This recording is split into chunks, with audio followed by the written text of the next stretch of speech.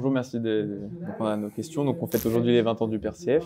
Vous avez été amené à prendre la parole. Pour vous, pourquoi c'était important pour vous de venir à cet événement aux 20 ans du Pour moi, PRCF c'est fondamental parce que, surtout avec la façon dont il a été en plus organisé, la qualité des intervenants et une volonté quand même de décloisonnement. Vous voyez, qu'on ne retrouve plus ailleurs. Chacun restant dans son petit précaré, ça c'est un peu lié, je pense, à la personnalité de Fanny Kassem, qui est quelqu'un comme ça. Mais effectivement, où pourrait-on se trouver dans quel meilleur endroit pourrait-on se trouver qu'aujourd'hui, pour les 20 ans du PRCF, nous sommes passés, moi je viens d'un milieu très pauvre, donc évidemment avec des antécédents communistes, etc. etc. Après, on a été forcément déçus partout. On est passé, voilà, on a été communiste pour faire bouger les socialistes. Après, bon, bah, malheureusement, on n'a plus pu faire bouger les socialistes. On est passé à la social-démocratie, le social-libéralisme via Hollande, etc. Et on voit aujourd'hui que tout ça est mort. Moi, j'ai une vision en tant qu'économiste qui est vraiment, ça fait maintenant près de 20 ans, j'étais lanceur d'alerte sur la crise de 2008, donc j'ai quand même le bulletin météo, je ne me suis jamais trompé. Que va-t-on trouver sous le capitalisme? Hélas, dans l'immédiat, ça ne sera pas le socialisme. Nous allons être contraints de nous mouvoir dans ce que j'appelle les décombres du capitalisme. Par rapport au néolibéralisme qui a été souvent évoqué ici, il faut savoir que le capitalisme a encore muté. Le capitalisme du XXIe siècle s'est transformé, a saisi, c'est un monstre vorace le capitalisme, un monstre qui sait faire la synthèse de toutes les demandes dans la société, et il ne vous aura pas échappé qu'il y a une très très forte demande d'autorité dans le pays en ce moment. L'autorité, on écoute les gens. Donc nous arrivons dans cette phase de ce que j'appelle un néo-ordolibéralisme, un libéralisme autoritaire, qui est manipulé par deux choses très très importantes, le pouvoir créancier, donc les gens qui détiennent, et l'ordre de la dette. Ce sont eux qui dirigent le monde.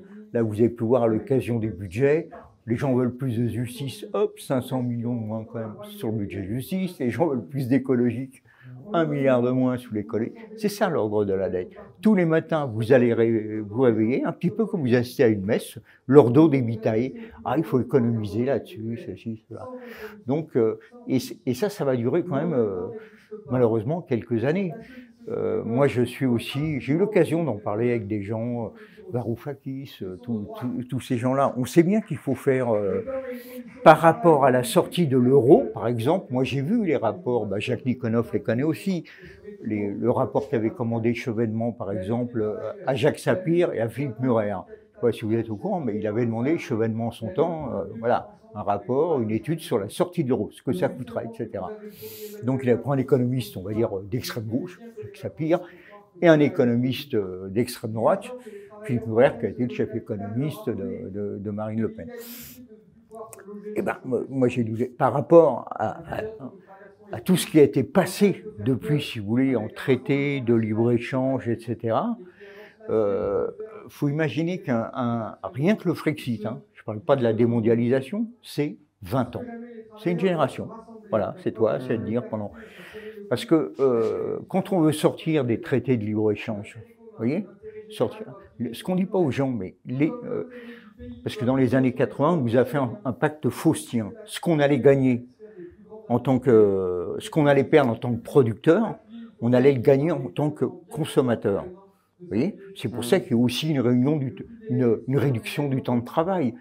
Parce que dès la fin des années 70, le capitalisme avait compris qu'il y avait beaucoup plus d'argent à gagner de la proportion des gens achetaient n'importe quoi que de les faire travailler plus. C'est pour ça qu'on nous a diminué le temps de travail et qu'on est devenu toutes les démocraties de marché. Le PIB est basé sur la consommation, pas sur la production. Et voilà, au stade là où on en est aujourd'hui. Alors, il y a encore une chose, malheureusement, là, ça ferait l'objet d'un débat. Moi, j'ai travaillé, vous savez, j'ai travaillé en Chine et en Turquie. Donc, vous voyez, je n'ai pas travaillé plusieurs années dans des pays qui fait que je ne suis pas à la retraite. Je sais pas, mes trimestres, hein, forcément, il n'y a pas d'accord. Hein. Donc j'ai étudié plein de systèmes de l'intérieur. Et quand je vous dis à tout ce que j'ai entendu là, par exemple, Frexit, oui, sortie de l'Union européenne, oui, démondialisation, oui, mais j'ajouterais aussi quelque chose de fondamental, c'est la décontamination du consommateur zombie et la décontamination du producteur zombie. Je vais vous donner un mot que vous allez entendre là pendant des mois et des mois, parce que dans les milieux économiques mondiaux, on ne parle que de ça, la globotique, l'automatisation et la robotisation. Partout dans le monde, on construit des usines sans ouvriers. C'est à ce prix la réindustrialisation, ça sera très peu pourvoyeur d'emplois, puisque les conditions qui font que les gens délocalisés, les salaires, etc., ben ça n'a pas changé. Si vous voulez, donc, la réponse, c'est partout dans le monde, globotique, globotique, globotique, et techno-féodalisme. Après, il y a une autre nouveauté qui est très importante à comprendre, c'est que le capitalisme, s'est immunisé au fil des crises. Depuis les années 80, il s'est immunisé. Aujourd'hui, ça a été un peu dit, mais je peux donner encore plus de détails, la valeur travail. C'est pour ça que, enfin, ce qu'on appelle le travail, dans l'analyse marxisme, la création de valeur est devenue indépendante enfin, la création de richesse est indépendante de la création de valeur. La part du travail dans la valorisation du capital ne représente même plus un tiers. Le capital se valorise autrement que par le travail. Et ce qui est le plus coté d'ailleurs, vous l'avez remarqué vous-même, vous êtes jeune, les sociétés de logiciels par exemple, c'est ça qui est en bourse. Regardez, je vais donner un exemple qui est très parlant. Kodak, l'inventeur de l'appareil photo numérique. À sa période de gloire, c'est 450 000 personnes qui vont former des classes moyennes et la société pèse 28 milliards de dollars. Aujourd'hui, Kodak est en faillite. Le nouveau leader s'appelle Instagram. Il a été racheté 1 milliard par Facebook. Et quand Facebook rachète pour 1 milliard, il rachète une boîte dans laquelle il y a 13 personnes, 13 ingénieurs. Ce qui fait la valeur de cette boîte, c'est pas ces 13 ingénieurs, aussi brillants soient-ils. C'est le fait que tous les gens produisent gratuitement, ce sont des producteurs à domicile non rémunérés. C'est ça que j'appelle la décontamination. Airbnb, imaginez, vaut plus que Hilton et tout son immobilier. C'est hallucinant quand on y pense.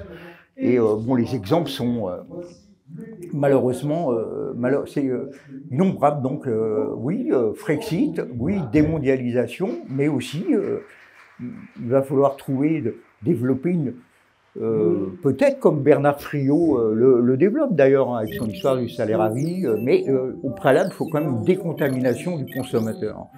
Vous voyez, enfin, voilà. Merci beaucoup, c'est gentil.